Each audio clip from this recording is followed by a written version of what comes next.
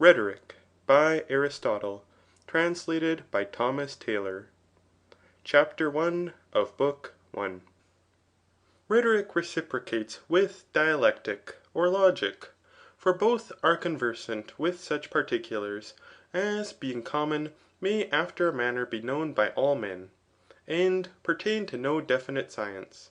Hence, all men in a certain respect participate of both these. For all men to a certain extent endeavour to examine and sustain an argument, to defend and accuse. With respect to the multitude, therefore, some of them do these things casually, but others through custom from habit. Because, however, this is possible in both ways, it is evident that these particulars may also be reduced to a certain method. For it is possible to survey the cause why some men render what they assert probable from custom, and others from chance. But all men now will acknowledge that a thing of this kind is the work of art. At present, therefore, those who compose the arts of orations, i.e. who unfold the art of rhetoric, explain only a small part of rhetoric. For credibility is the only artificial part of the art. But the other parts are additions. The rhetoricians, however, of the present day say nothing about enthymemes, which are the substantial part of credibility ; but their attention is for the most part directed to things foreign to the purpose.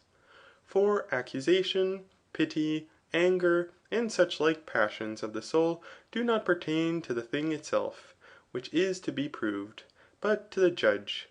Hence, if all judicial processes were conducted in the same manner as they are at present in some cities, and especially in those that are governed by good laws, these rhetoricians would not have any thing to say. For with respect to all cities, some think it necessary that the laws should thus ordain, but this method is adopted by others, and they forbid rhetoricians to say any thing foreign to the purpose, in the same manner as in the Areopagus. And in this respect they think rightly. For it is not proper to pervert the judge by exciting him to anger, or envy, or pity, since this is just as if some one should make the rule distorted which he intends to use. Again, it is likewise manifest, that the only business of the litigant is to show that a thing either is, or is not, or that it has, or has not been done. But with respect to such things as the legislator has not defined, whether they are great or small, just or unjust, these ought to be known by the judge himself, and he is not to learn them from the litigants. It is especially requisite, therefore, that laws which are rightly framed, should define all such particulars as can be defined, and leave very little to be defined by the judge.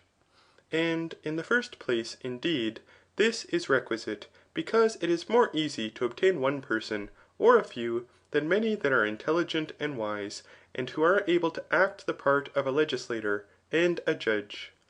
In the next place, the establishment of laws is the effect of a survey from a long series of past time.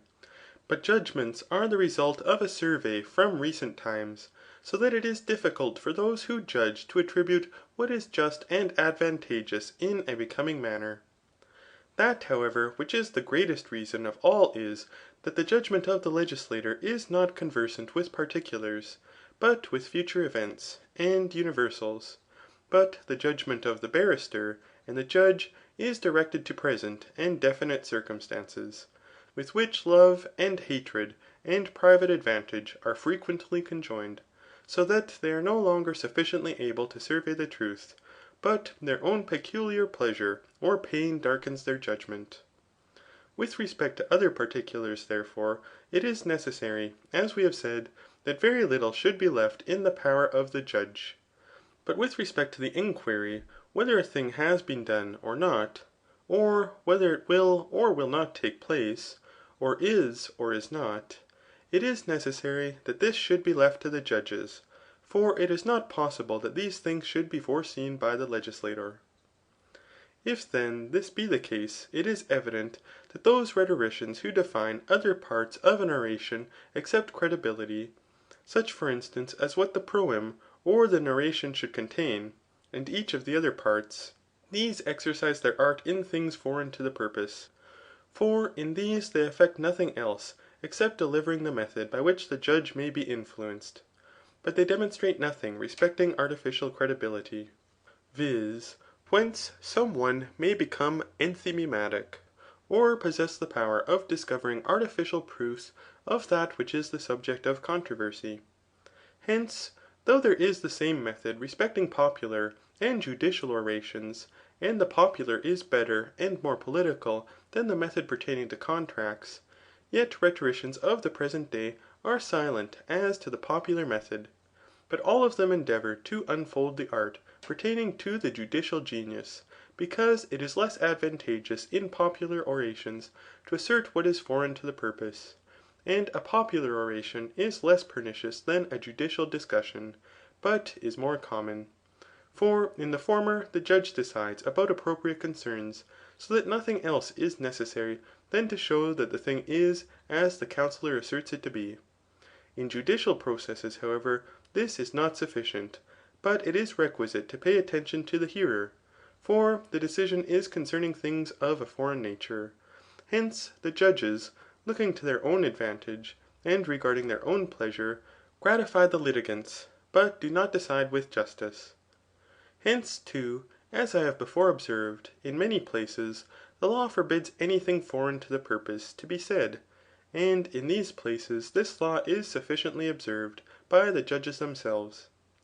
Since, however, it is evident that the artificial method is conversant with credibility, but credibility is a certain demonstration, for we then especially believe in a thing when we think it is accompanied with demonstration, and a rhetorical demonstration is an enthymeme, and this in short possesses the greatest authority of all credibilities.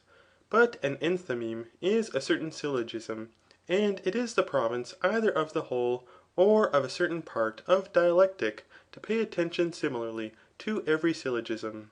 This being the case, it is evident that he who is eminently capable of surveying this, viz. From what propositions and how a syllogism may be made, he will be especially enthymematic, in consequence of assuming what the particulars are with which enthymemes are conversant, and what differences they possess with respect to logical syllogisms. For it is the province of the same power to perceive truth, and what is similar to truth, and at the same time men are by nature sufficiently adapted to the perception of truth, and for the most part obtain it. Hence, he who sagaciously conjectures probabilities is disposed similarly to him who perceives truth. That others, therefore, artificially discuss things foreign to the purpose, and why they especially incline to judicial precepts is evident from what has been said. But rhetoric is useful, because things true and just are naturally more excellent than their contraries, so that unless judgments are formed according to what is fit, what is more excellent will be vanquished by its contrary, and this is a thing worthy of reprehension. Farther still, though we should possess the most accurate science, it is not easy when we speak to persuade some persons by employing that science. For a scientific oration proceeds from discipline, and it is impossible from this to persuade the unlearned.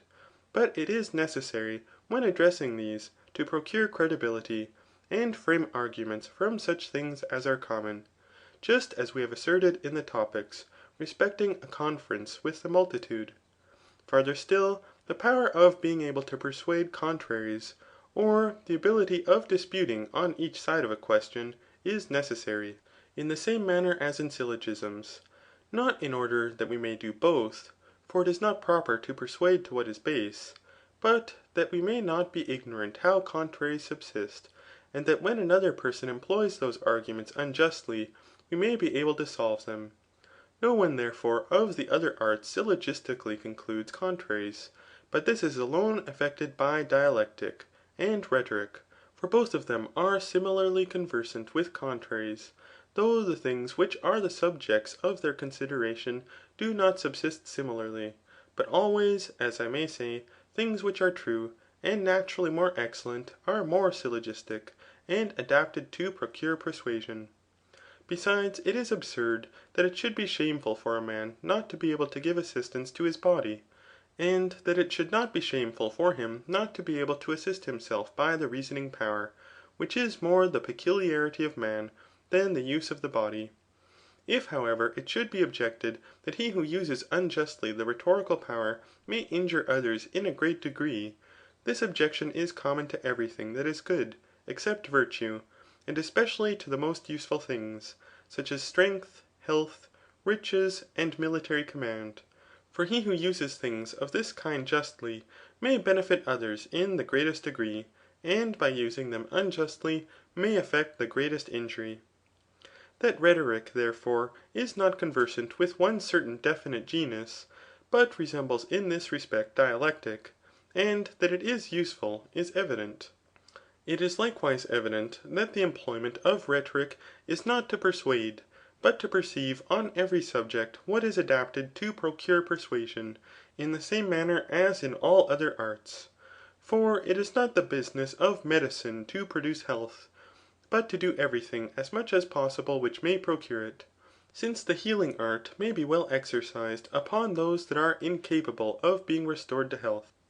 In addition, likewise to what has been said, it is the province of the same power to perceive what is persuasive, and what appears to be so, just as it is the province of dialectic to discern what is a true, and what is only an apparent syllogism.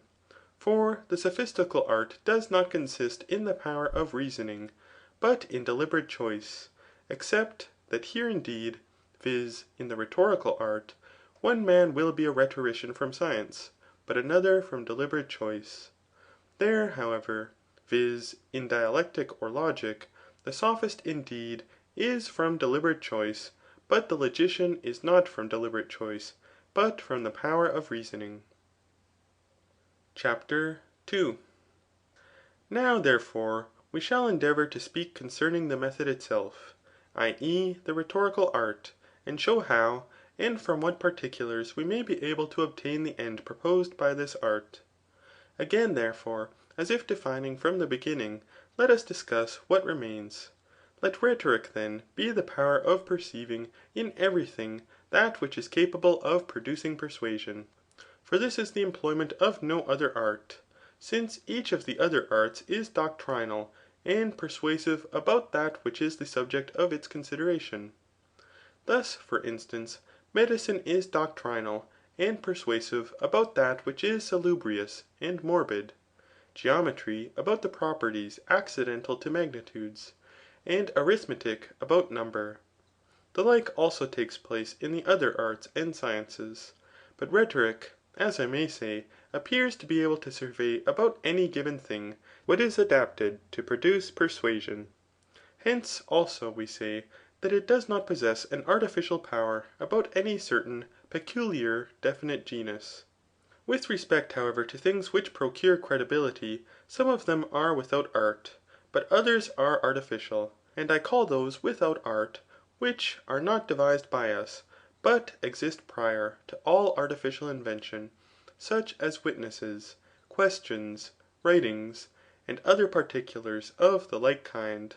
But those are artificial, which are capable of being procured methodically and by us, so that it is requisite to use the former, and discover the latter. Of the credibility, however, which is procured by argument, there are three species. For one kind indeed consists in the manner of the speaker, another in the disposition of the hearer, and the third in the argument itself, in consequence of demonstrating, or appearing to demonstrate. Credibility, therefore, is procured through manners, when the oration is delivered in such a way as to render the speaker worthy of belief. For about every thing, in short, we believe the worthy in a greater degree and more rapidly.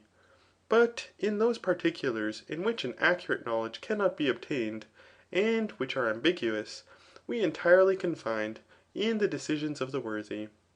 It is, however, requisite that this also should happen through the oration, and not entirely from any previous opinion respecting the speaker. For we must not admit what some teachers of rhetoric have asserted in their art, that the probity of the speaker contributes nothing to persuasion, since nearly, as I may say, manners possess the most powerful and principal credibility. but credibility is procured through the hearers, when their passions are influenced by the oration. For we do not similarly form a judgment when we grieve or rejoice, love or hate ; to which species of credibility we assert that those who now deliver the art of rhetoric alone direct their attention. Each of these particulars, however, will be elucidated by us, when we speak concerning the passions. But belief is produced through arguments, when we show what is true, or appears to be true, from the probabilities pertaining to the several objects of enquiry. Since, however, credibility is effected through these things, it is evident that to obtain the three species of it above mentioned is the province of him who is able to syllogize, who can survey what pertains to manners and the virtues, and in the third place, what pertains to the passions, what each of them is, what quality it possesses, and from what particulars it is ingenerated in the hearer, and how, so that it happens that rhetoric is as it were something which grows upon dialectic and the discussions concerning manners, and it is just to call it political. Hence, rhetoric assumes the form of the political science, and those who profess it do so partly through ignorance, partly from arrogance, and partly from other human causes. For it is a certain particle and resemblance of dialectic, as we observed in the beginning of this treatise. For neither of them is the science of any thing definite, and which shows how a thing subsists, but they are certain powers of procuring arguments. And thus we have nearly spoken sufficiently concerning the power which they possess, and how they subsist with respect to each other. With respect, however, to proof either real or apparent, in the same manner as in the dialectic, one kind is induction, another is a true syllogism, and a third is apparent syllogism. Thus also, similarly in rhetoric, for example, indeed is induction, but enthymeme is a syllogism. But I call enthymeme, indeed, a rhetorical syllogism, and example a rhetorical induction. All rhetoricians, however, who procure belief by the proofs which they adduce, effect it either by the examples which they bring, or by enthymemes, and in a certain respect there is nothing else besides these. Hence, if in short it is necessary to point out any person or thing by syllogism or induction, (but this is evident to us from the Analytics), it is necessary that each of those should be the same with each of these. But what the difference is between example and enthymeme is evident from the Topics. For there syllogism and induction are previously discussed. Because if it is shown in many and similar things that what we assert is true, there indeed it is induction, but here it is example. When, however, certain things existing, something else besides happens from these, because these subsist either universally, or for the most part, when this is the case, there indeed it is called syllogism, but here enthymeme. But it is evident that each form of rhetoric is benefited by these two. For the like to what we have observed in the methodical treatises takes place also in this treatise. For some orations are of the nature of examples, but others are enthymematic. And in a similar manner, with respect to rhetoricians, some are delighted with examples, and others with enthymemes. Arguments, therefore, from examples are no less calculated to persuade than others, but those from enthymemes cause greater perturbation. But the reason of this, and how each of these, viz. Of examples and enthymemes, is to be used, we shall hereafter explain. Now, however, let us more fully and clearly discuss these very particulars themselves. For that which is persuasive to some one. And one thing, indeed, is immediately of itself persuasive and credible, but another because it appears to be proved through things that are credible. No art, however, speculates that which is particular. Thus, for instance, medicine does not speculate what is salubrious to Socrates or Callias, but what is so to such a one, or to such persons in general. For this is artificial. but particulars are infinite, and are not the objects of science. Nor does rhetoric speculate opinable particulars, such as what is the subject of opinion to Socrates or Hippias, but that which is the subject of opinion to such or such persons, in the same manner as dialectic. For dialectic also syllogizes, not from such things as are casual, since certain things appear to be credible, even to those who are delirious, but dialectic syllogizes from such things as require to be developed by a reasoning process, and rhetoric from such things as are accustomed to take place in consultation. The employment, however, of rhetoric consists in such particulars as are the subject of our consultation, and respecting which we have no art, and it is also conversant with such hearers as are incapable of perceiving a conclusion which is deduced through many media, or of syllogizing remotely, i.e. who are incapable of a long series of reasoning. But we consult about those things the subsistence of which appears to be possible in both ways, i.e. which may subsist otherwise than they do. For with respect to such things as cannot either in the past or future or present time have a different subsistence, no one consults about these, conceiving that they thus subsist. For it is not possible for any one to consult otherwise than thus, about things of this kind. But it is possible to syllogize and collect, some things indeed from such particulars as have been previously syllogistically inferred, but others from things not inferred by syllogism, but which require syllogism, because they are not probable. And it is necessary indeed with respect to these, that the consecution of the one should not be easy, on account of its length. For the judge is supposed to be simple, and that the other should not be adapted to persuade, because it does not proceed from things acknowledged, nor from such as are probable. Hence it is necessary that enthymeme and example should be conversant with such things as for the most part admit of a various subsistence. And example, indeed, requires induction, but enthymeme syllogism. It is, likewise, necessary that enthymeme and example should consist from a few things, and frequently from fewer than those from which the first syllogism consists. For if any one of these is known, it is not necessary to say any thing farther, since the hearer himself will add this. Thus, for instance, for the purpose of concluding that Doricus was victorious in the contest in which the victors were crowned, it is sufficient to say that he conquered in the Olympic games. But there is no occasion to add that he was crowned because he conquered in the Olympic games, for this is known by all men. There are, however, a few necessary things from which rhetorical syllogisms consist. For many of the particulars which are the subjects of judgment and consideration may have a various subsistence, or subsist otherwise than they do, since men make their actions the subjects of their consultation and consideration.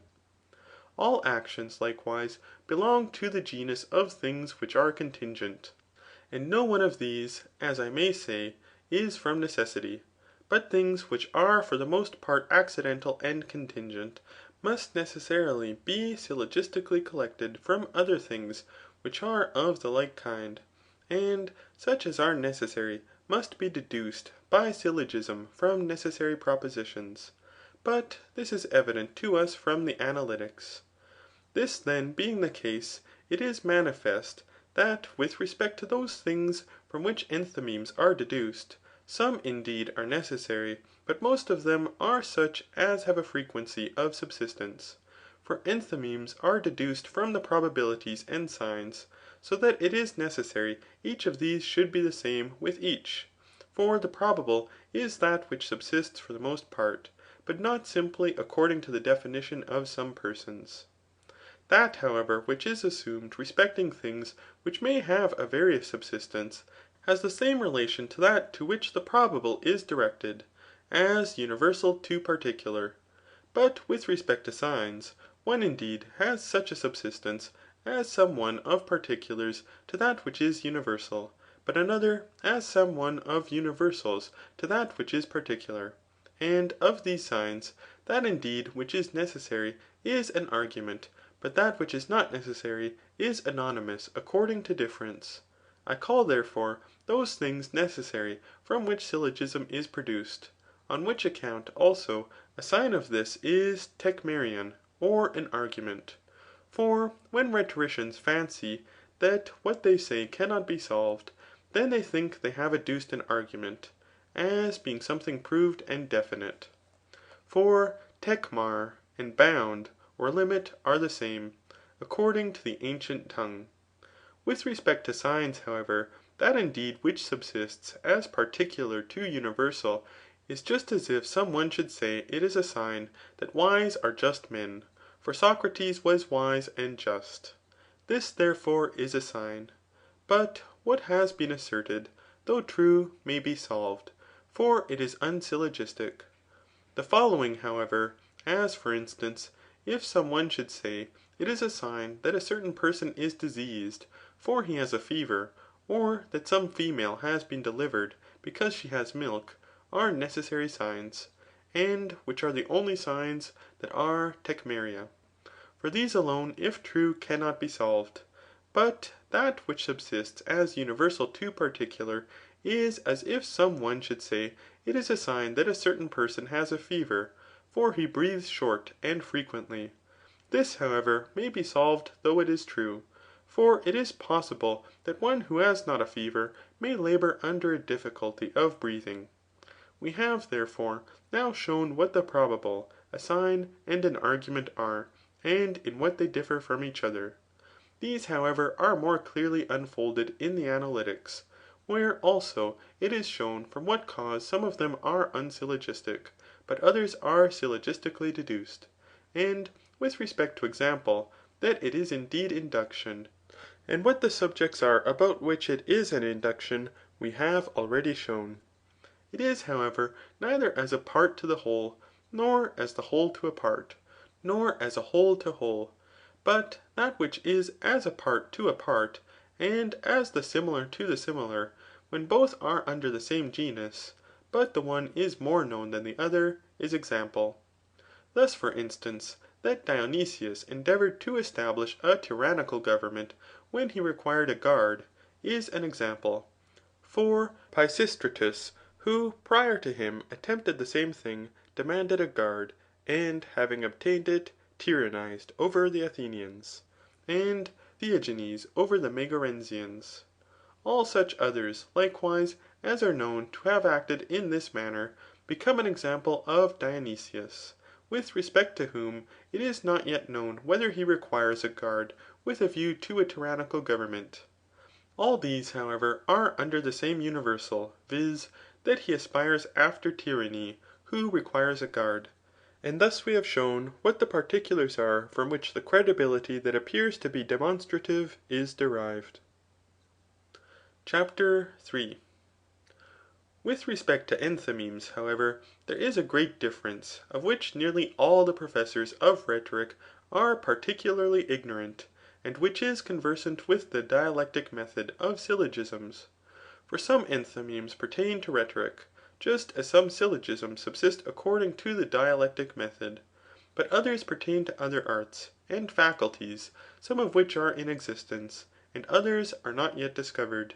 Hence they are not understood by those that hear them. And if rhetoricians employ them more than is fit, they relinquish their own art, and exchange it for some other. But what we have said will become more evident by a more copious discussion.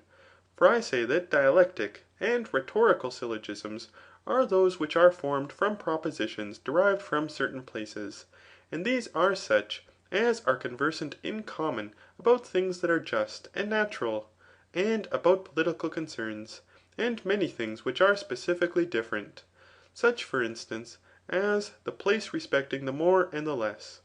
For we cannot in any greater degree syllogize from this place, or produce an enthymeme from it respecting what is just or natural, than respecting any thing else, though these things are specifically different. But peculiar, or proper syllogisms are those which consist from propositions pertaining to each species and genus. Thus, for instance, the propositions respecting natural things are those from which neither an enthymeme nor a syllogism respecting ethics can be formed. And ethical enthymemes are those which are formed from propositions peculiar to ethical subjects, and from which physical enthymemes cannot be produced. The like also takes place in every subject.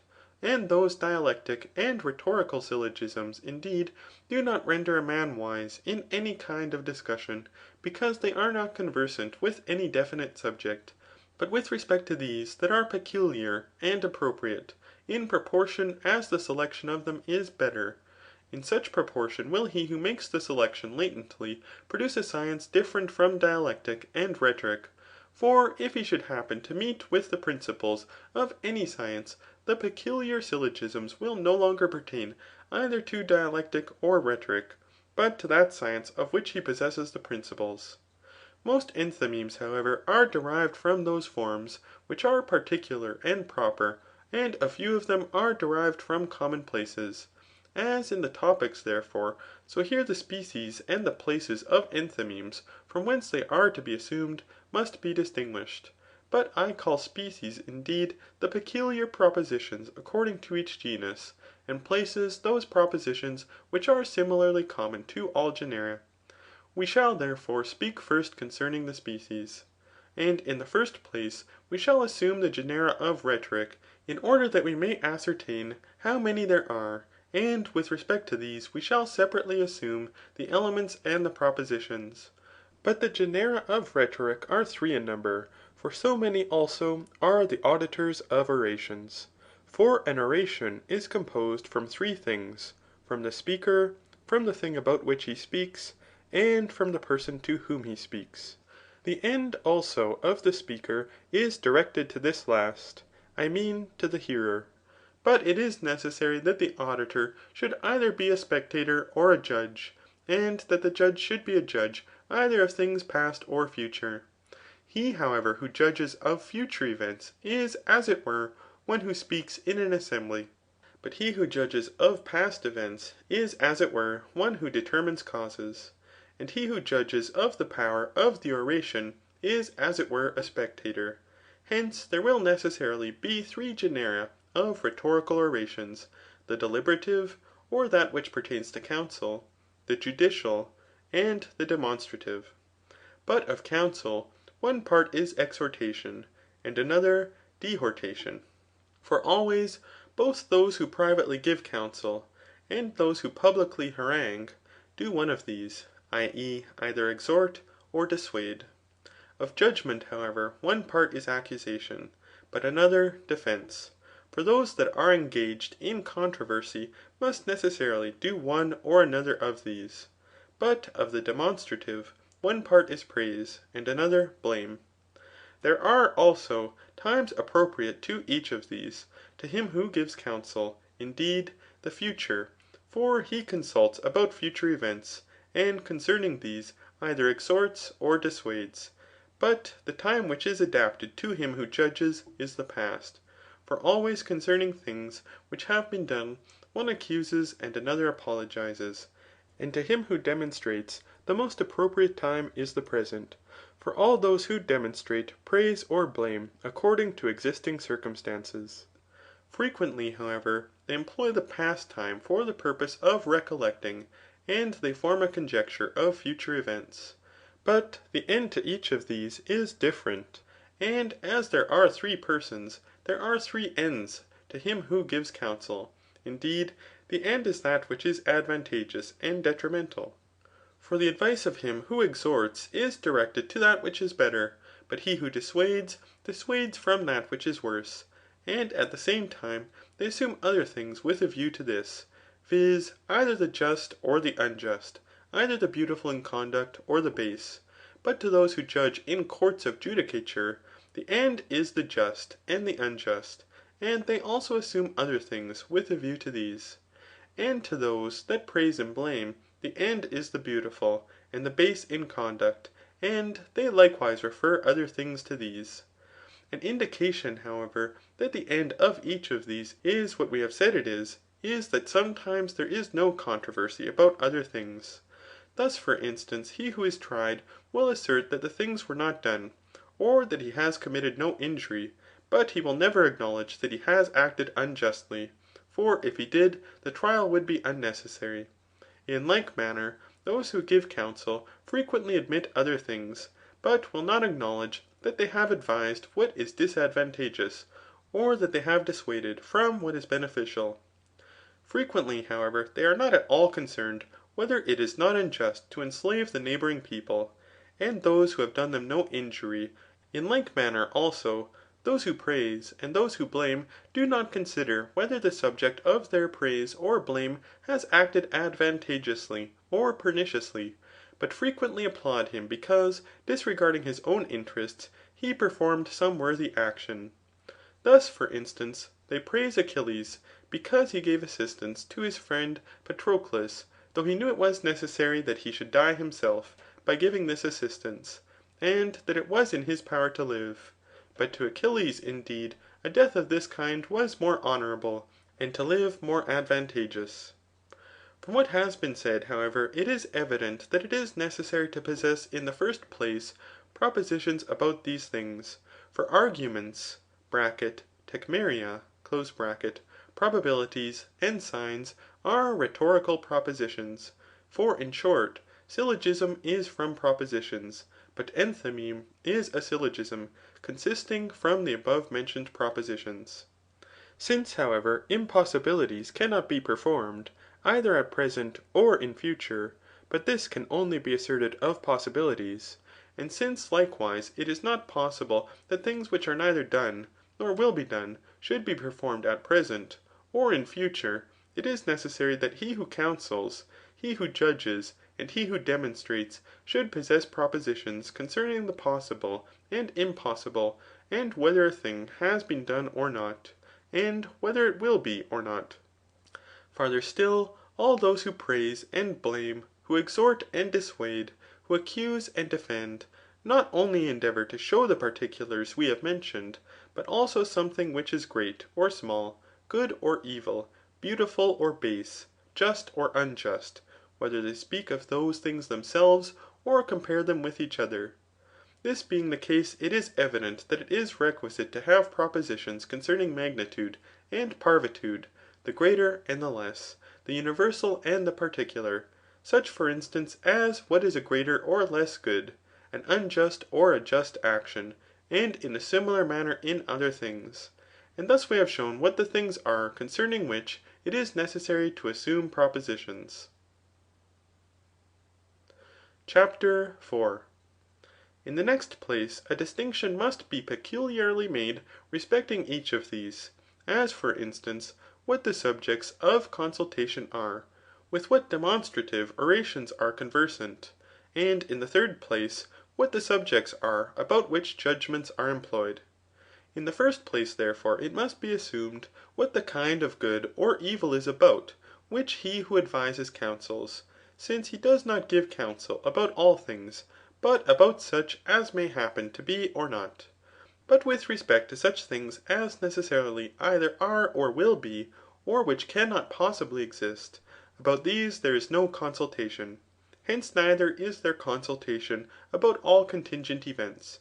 For there are some goods from nature, and some from fortune, which notwithstanding they are contingent, and may or may not be, yet consultation contributes nothing to them. But it is evident that consultation is respecting such things as are naturally adapted to be referred to us, and the principle of the generation of which is in our power. For our attention is exerted thus far, till we find whether it is possible or impossible for us to perform such things. Accurately therefore to enumerate the several particulars, and to distribute into species the subjects of popular discussion, and besides this to determine according to truth as much as is possible concerning them, it is not necessary at present to investigate, because it is not the province of the rhetorical art, but of an art more allied to wisdom, and more true. For even now much more is attributed to rhetoric than pertains to its proper theorems. For That which we have before observed is true, that rhetoric is composed indeed from the analytic science, and from that political science which is conversant with morals ; and it is partly similar to dialectic, and partly to sophistical arguments.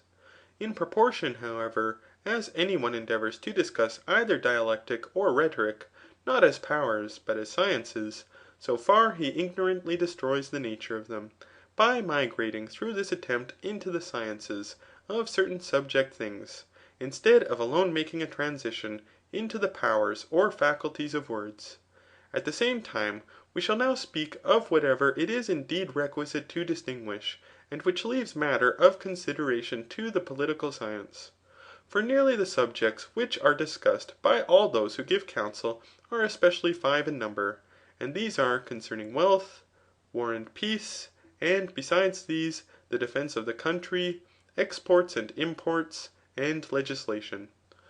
Hence, it is requisite that he who is to give counsel about wealth should know the revenues of the country, what they are, and how, if they are deficient, an addition may be made to them, and how, if they are too small, they may be augmented. It is likewise necessary that he should be acquainted with all the expenses of the city, and how any unnecessary expense may be removed, and that which is greater than is fit may become less ; for men not only become richer by accumulation of property, but also by a decrease of expense. And these things may not only be surveyed from the experience of private affairs, but in order to give counsel about these, it is necessary to be skilled in what has been discovered by others. With respect, however, to war and peace, it is necessary to know the power of the city, what the forces of it are at present, how great they may be, what the nature of the strength is which is possessed, and what addition may be made to it, and farther still, what wars the city has had, and how they have been conducted. And it is not only necessary that he who gives counsel should understand these concerns of his own country, but also those of the neighbouring countries. He should likewise be particularly acquainted with those cities against which it is thought fit to wage war, in order that peace may be made with the more powerful, and war undertaken against the less powerful, if requisite. He must also know the forces of these cities, whether they are similar or dissimilar ; for in these it is possible to be superior or inferior. It is likewise necessary for this purpose that he should not only have surveyed the wars of his own country, but likewise the event of the wars of other countries. For similars are naturally adapted to be known from similars. Farther still, with respect to the defences of the country, it is requisite not to be ignorant how it may be defended, but to know the multitude of its defenders, and the form of the defence, and the places proper for garrisons. This knowledge, however, cannot be possessed by him who is unacquainted with the country. For such knowledge is necessary, in order that if the defence is less than it ought to be, it may be increased ; that if superfluous, it may be taken away ; and that garrisons may be formed in more appropriate places. Again, it is requisite to know what expense is necessary to supply the city with provisions, what the country will afford, and what must be supplied from abroad, what commodities are fit to be imported, and what exported, in order that conventions and compacts may be considered accordingly. For there are two descriptions of men with whom it is necessary the citizens should preserve themselves blameless, viz. with those that are more powerful, and with those that are beneficial to them in a commercial point of view. And it is necessary, indeed, to be able to survey all these particulars for the sake of security, and in no small degree for the purpose of understanding the business of legislation. For the safety of the city is in the laws. Hence it is necessary to know how many forms of government there are, what kind of things are advantageous to each, and by what they are naturally adapted to be corrupted, both among things appropriate and contrary to the polity. But I say, governments are corrupted by things appropriate, because all other polities, except that which is the best, are corrupted by remission and intention.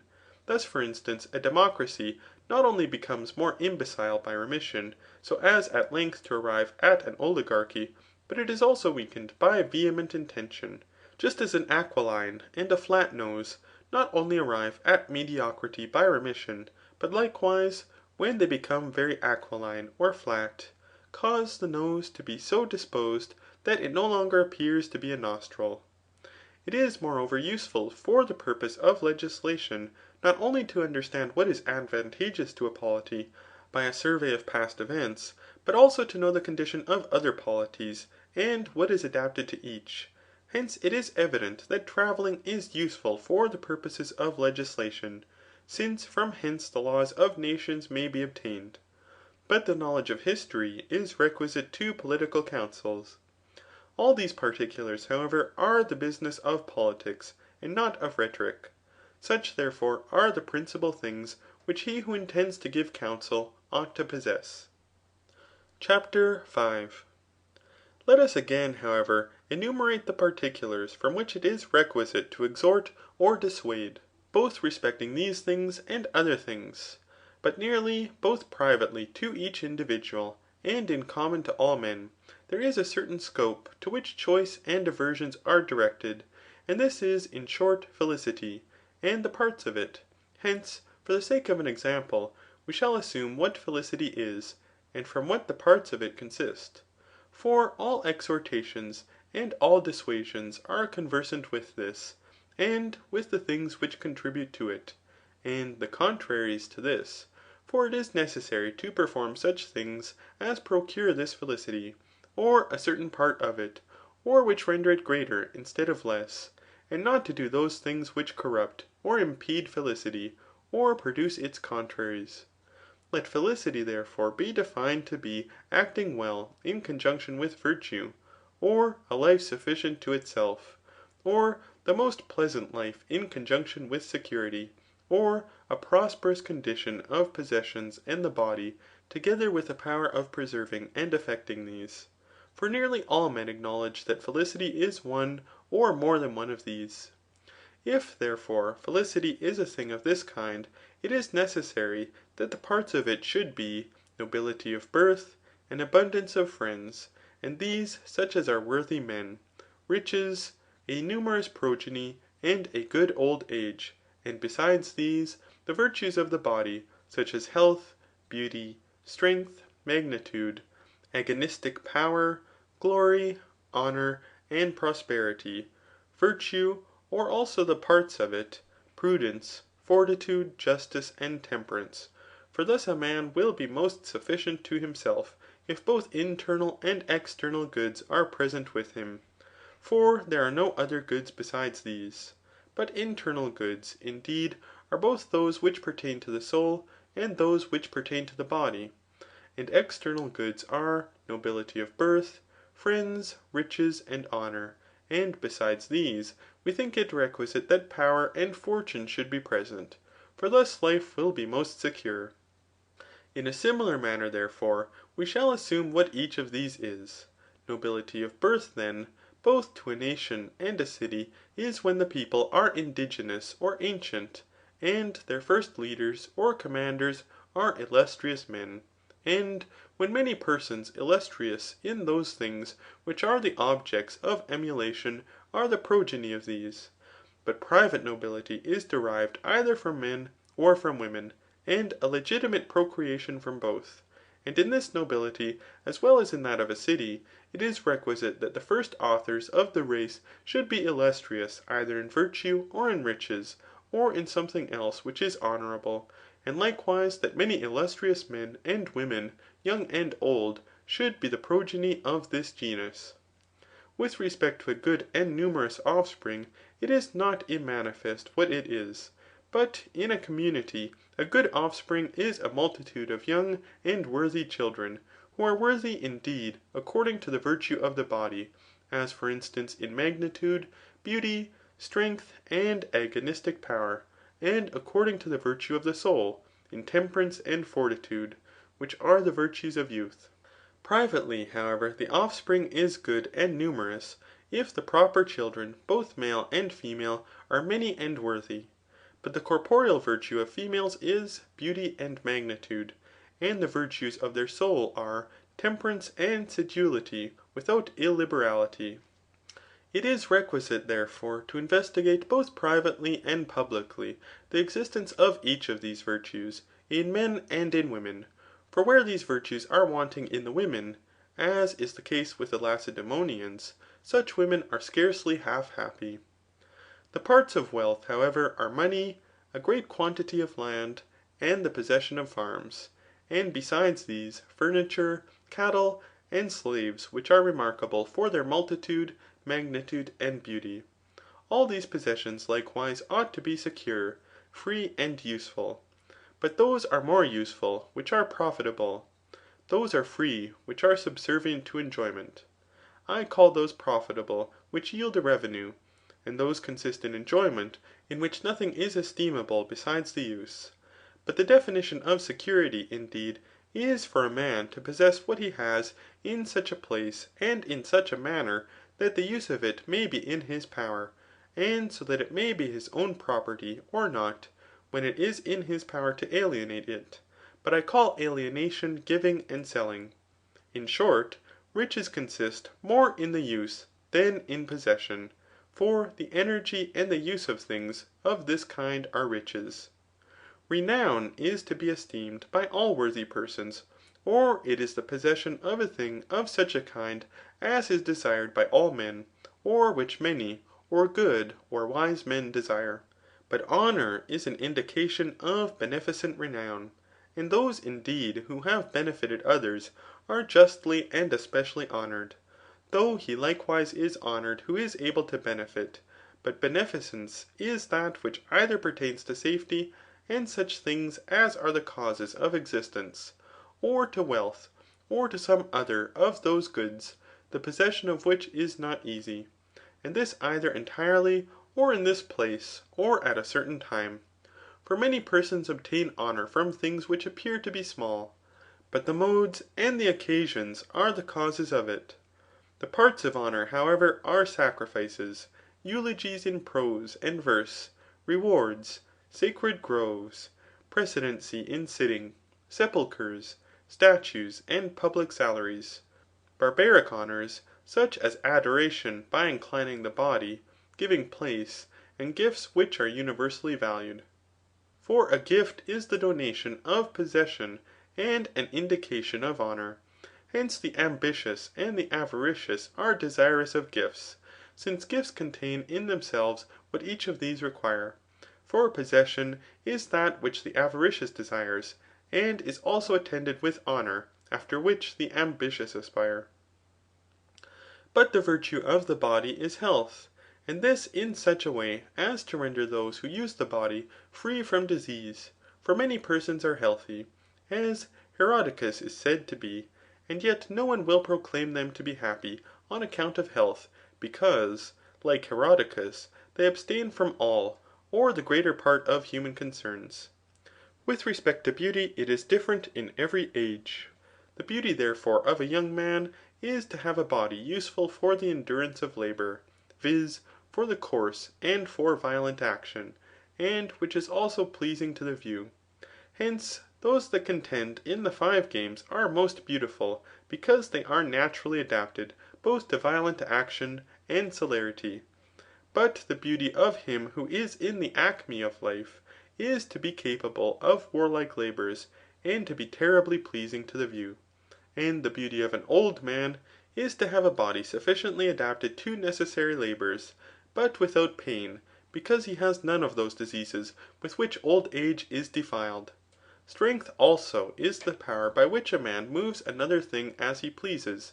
And it is necessary to move another thing, either by drawing, or impelling, or lifting, or compressing, or crushing, so that he who is strong in all, or in some of these. But the virtue of magnitude is to excel the multitude in length, depth, and breadth, so that the motions of the body may not be rendered slow by this excess of magnitude. And the agonistic virtue of the body is composed from magnitude, strength, and celerity. For he who is swift is strong ; since he who is able to hurl forth his legs in a certain respect, and to move them with celerity, and to a great distance, is a racer. But he who can grapple and hold fast is a wrestler. He who can drive another person away by a blow is a pugilist. And he who can do both these is a pancratiast. But he who excels in all these is a pentathlon, or skilled in the 5 games. A good old age also is when age slowly approaches unattended with pain. For neither has a man a good old age if he becomes rapidly old, nor if he becomes old with difficulty, but attended with pain. A good old age, however, consists from the virtues of the body, and from the goods of fortune. For an old age, which is neither free from disease nor strong, will not be impassive to maladies, and will not be unattended with pain, or possess longevity, nor can it be permanent without the goods of fortune. There is, however, another certain power of living long, separate from strength and health. For many live long without the virtues of the body, but an accurate discussion of these things is of no use at present. But what the friendship of many and worthy persons is, will not be immanifest from the definition of a friend. A friend, therefore, is one who performs those things for the sake of his friend which he thinks will be beneficial to him. And he who has many such, has many friends. But he with whom such men are worthy persons, has worthy friends. Moreover, prosperity consists in those goods of which fortune is the cause that either all, or most, or the greatest of these befall us. But fortune is the cause of some things, indeed, of which the arts are the cause, and likewise of many and inartificial things ; as for instance, such as those of which nature is the cause. Sometimes, however, it happens that these are preternatural ; for art, indeed, is the cause of health, but nature of beauty and magnitude. And in short, those goods are from fortune which are attended with envy. Fortune also is the cause of those goods which are contrary to reason ; as when all the rest of the brothers are deformed, and one alone is beautiful ; or when all the rest did not see the treasure, and one alone discovered it ; or when the next person happens to be pierced with an arrow, but this man escapes ; or when only one person did not come to a place where others were accustomed to come, but others who only came to it at that time were destroyed. For all such circumstances appear to be the effect of good fortune. With respect to virtue, however, because it is a topic most adapted to applause, we shall then discuss it when we speak concerning praise. And thus we have shown what ought to be our aim in persuading or dissuading, whether in reference to things present or future ; for persuasion is contrary to dissuasion. End of chapter 5 of book 1. Recording in memory of Mitchell Edwards.